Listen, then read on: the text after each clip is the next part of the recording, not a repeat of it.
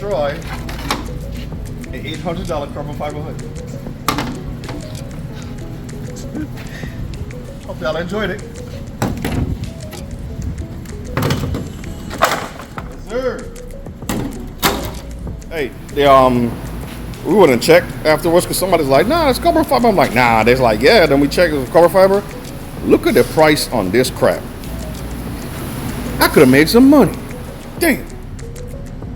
So that hood was $1,200, man. What?